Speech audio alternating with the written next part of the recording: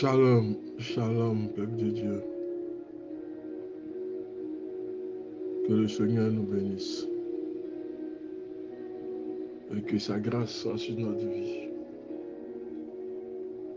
Que nous restions toujours accrochés à la bénédiction du Seigneur. Nous ne devons jamais sortir du dessous de sa main. Elle est protectrice, elle est indicatrice, elle est la manifestation de sa puissance. Le thème que je veux voir avec vous ce matin, de serviteur à leader. Texte, Luc 22, versets 31 à 32. Simon, Satan vous a réclamé pour vous passer au crible, comme on le fait pour purifier les grains, mais j'ai prié pour toi. Luc 22, versets 31 à 32. Simon, Satan vous a réclamé pour vous passer au crible, comme on le fait pour purifier le grain. Mais j'ai prié pour toi. Alléluia. Lorsque le Seigneur vous révèle la faiblesse d'un frère, d'une sœur, dans un songe, ou que le Seigneur vous dit de prier pour telle ou pour telle personne, parce que voici telle souffrance qu'il connaîtrait. Il nous appartient comme le Messie de nous lever et de commencer à prier pour cette sœur, pour ce frère. Jésus savait que Satan réclamait Pierre pour le passer au crible. Mais le Seigneur a intercédé dans le secret afin que cette attaque, cette épreuve, Pierre puisse l'éviter. Aussi Pierre est dans cette épreuve et puisse s'en sortir par la victoire. À cause des intercessions, le Seigneur agit toujours. Nous devons être des hommes et des femmes de prière et d'intercession. Nos prières et nos intercessions ont de l'impact, ont de la puissance. Et l'Éternel intervient et l'Éternel agit. Mais ne regardons pas nos frères et nos sœurs qui vont tomber dans une épreuve où nous pourrions s'en sortir, alors que Dieu nous a parlé, nous. Et nous marchons dans la désobéissance. Non. Le Seigneur, dans toute sa gloire, sa splendeur, était celui-là même qui venait, qui intercédait, qui s'éteignait à la brèche, qui prie pour son peuple, qui prie pour ses brebis, qui n'abandonne pas ses brebis, mais qui intercède chaque fois. Combien de personnes aujourd'hui se lèvent pour prier dans la direction du Seigneur? Il y a très peu de personnes. Simon, Satan vous a réclamé pour vous passer au crible. Comme on le fait pour purifier le grain. Mais j'ai prié pour toi. Luc 22, verset 31 au verset 32. Alors que Pierre allait bientôt, était sur le point de renier 3 fois le Seigneur, le Messie lui annonce que Satan a demandé à le passer au crible. Mais qu'une fois restauré, Pierre sera affermi dans la foi et Pierre pourra alors conduire ses propres frères. Donc, à la lecture de ce passage, nous voyons que c'est une épreuve que le Seigneur mettra devant Pierre. afin que Pierre grandisse dans la foi, qu'il soit encore affermi. Parce que le Messie savait que Pierre allait l'abandonner, allait le renier. C'était une porte d'ouverture par laquelle le diable allait passer afin de l'affaiblir. Le Seigneur a prié pour cette situation parce qu'il savait que c'était une épreuve. Il a prié pour cette situation et il savait qu'à partir de cette épreuve, Pierre deviendrait un vrai leader, celui-là même qui va affermir ses frères dans la foi. John Walker s'écrit à la lecture de ce verset, la question cruciale que Pierre aurait pu se poser, mais Seigneur, est-ce qu'il te fallait accepter? Lorsque Pierre aurait posé cette question, c'était une façon de dire au Messie, toi qui es le Dieu incontestable, incontesté, qui sait toutes choses, comment peux-tu laisser Satan me cribler alors que tu sais les choses longtemps d'avance? Mais comprenez une chose, Dieu sait tout, Dieu voit tout. Mais il y a des fois où il laisse Satan nous mettre dans une épreuve afin d'en sortir ce qui est positif et de faire de nous de véritables leaders. Sachant que Jésus était Dieu et qu'il avait tout pouvoir, sachant toutes choses, pourquoi Jésus l'a-t-il permis à Satan, l'ennemi des croyants, de passer Pierre au crible? Job s'était retrouvé dans une situation similaire, ne comprenant pas la raison de ces épreuves. Job a même, sans comprendre ce qui se passait, a gardé toujours la confiance en Dieu, parce qu'il ne voyait pas l'acte que lui, Job, aurait pu poser pour qu'il se retrouve dans une telle épreuve. Des fois, nous sommes dans les épreuves, mais nous ne savons pas quel acte que nous avons posé humainement. Et quand nous réfléchissons, nous ne voyons nulle part quel acte que nous avons posé. Mais l'Éternel a bien voulu nous mettre dans une épreuve afin de nous élever davantage. L'épreuve est un palier qui nous permet d'accéder à la gloire de Dieu. Alléluia. Job a tout de même gardé confiance en l'Éternel et a accepté ses décisions, quoique ne sachant pas ce pourquoi il se retrouve dans une telle épreuve.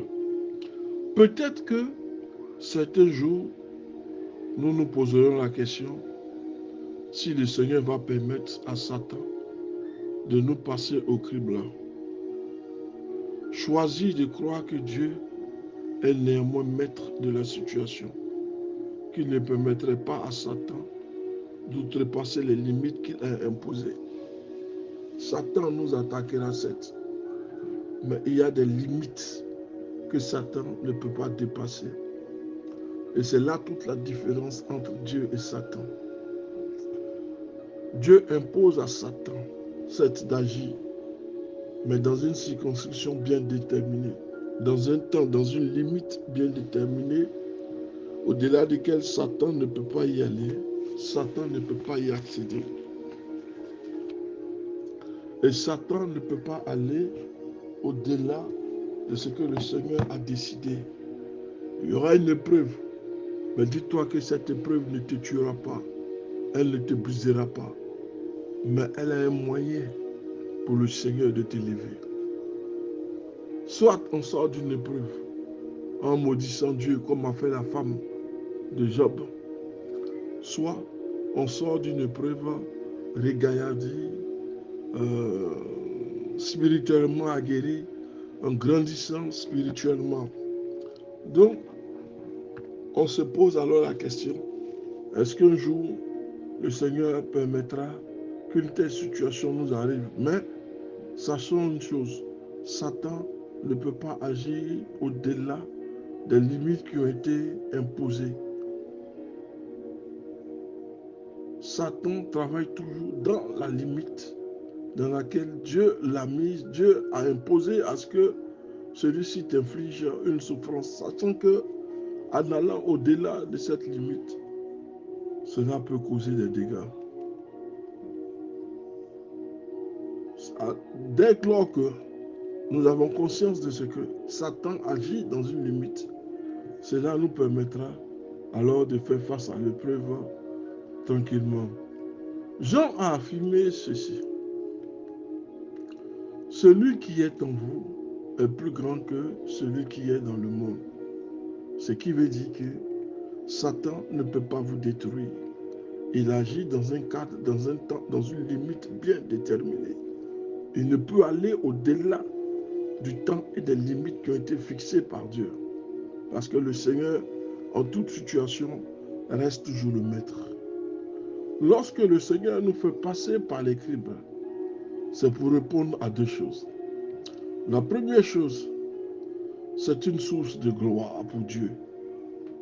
Comme lorsque Job loua Dieu, alors même que sa femme lui conseillait de maudire avant de mourir. La première chose que produit les épreuves, la première chose que produit l'épreuve, c'est la manifestation de la gloire de Dieu.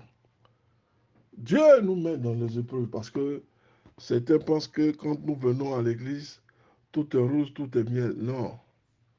Il arriverait un temps où nous connaîtrons les épreuves. Mais c'est dans les épreuves que Dieu aussi veut voir ta capacité d'adoration. Est-ce que tu l'adores parce qu'il t'a béni? Est-ce que tu l'adores parce qu'il t'a élevé? Est-ce que tu l'adores parce que tu es dans la richesse? Ou est-ce que tu l'adores, tu le rejettes une fois que les épreuves arrivent, les épreuves se manifestent devant toi? Dieu doit être adoré à tout temps, à tout moment. Quels que soient les moments fastes comme les moments néfastes, l'Éternel doit toujours être adoré. La première épreuve, la première manifestation de l'épreuve dans laquelle tu vas te trouver doit aboutir à la gloire de Dieu. Job glorifiait toujours l'Éternel. Quand bien même sa femme disait, maudissons-le. Non. Une telle parole lui a coûté la vie. Dieu doit être adoré à tout moment, à tout temps. La deuxième chose que va produire ton épreuve, frère, cette épreuve va mettre en lumière nos faiblesses. Cette épreuve va relever les domaines de notre vie où nous imaginons encore pouvoir nous débrouiller sans le Seigneur. Non. Le Seigneur doit être le maître de notre vie. Nous devons nous abandonner totalement à lui. Nous devons laisser l'Éternel agir, se manifester. Il n'y a pas un domaine qui nous appartient, un domaine qui appartient à l'Éternel. Dans tous les domaines de notre vie, l'Éternel doit pouvoir agir.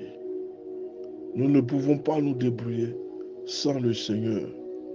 Dans le premier cas, c'est-à-dire où l'épreuve est source de manifestation de la gloire de Dieu, le passage au crible fait le passage au crible fait de Pierre un serviteur de Jésus qui est prêt maintenant à devenir un leader dans la foi, qui s'est affermi aux sorties de l'épreuve et qui pouvait désormais affermir ses frères dans la foi, ses compagnons, ceux qui marchent avec lui. Pierre a compris une chose, que si le Seigneur a permis que Satan le passe au crible, c'est pour que lui, Pierre, il puisse grandir. Une épreuve du Seigneur ne vient jamais tuer son serviteur. Jamais. Au contraire, elle vient pour élever ses serviteurs-là. Si tu as peur de l'épreuve, d'affronter les difficultés dans le corps de Christ, tu n'as pas la place. Tu n'es pas le bienvenu dans la maison de Dieu. Tu dois connaître les épreuves. tu dois connaître la souffrance. Job, sa femme lui a dit, maudissons le Seigneur parce qu'elle ne voulait vivre que dans le luxe. Non. L'apôtre Paul dit que je connais le Seigneur. J'ai appris à vivre avec le Seigneur dans l'opulence et j'ai appris à vivre le Seigneur dans la disette. Pierre est devenu maintenant un disciple aguerri, un vrai leader. Il pouvait maintenant affermir, comme disait le Seigneur, les autres compagnons. L'épreuve que Pierre devait traverser allait le préparer à accomplir la mission que Jésus voulait lui confier. Mais si Pierre n'est pas passé par cette épreuve, dont le but était d'enlever les hésitations, les doutes, Pierre ne serait jamais le leader que Dieu voulait utiliser. Donc, si tu marches dans l'épreuve, dis-toi que le Seigneur est en train de te nettoyer, de te laver, de te restaurer. À ton tour, tu pourras prier pour les autres afin que les autres soient affermis. Que le Seigneur te bénisse. Pasteur Sam.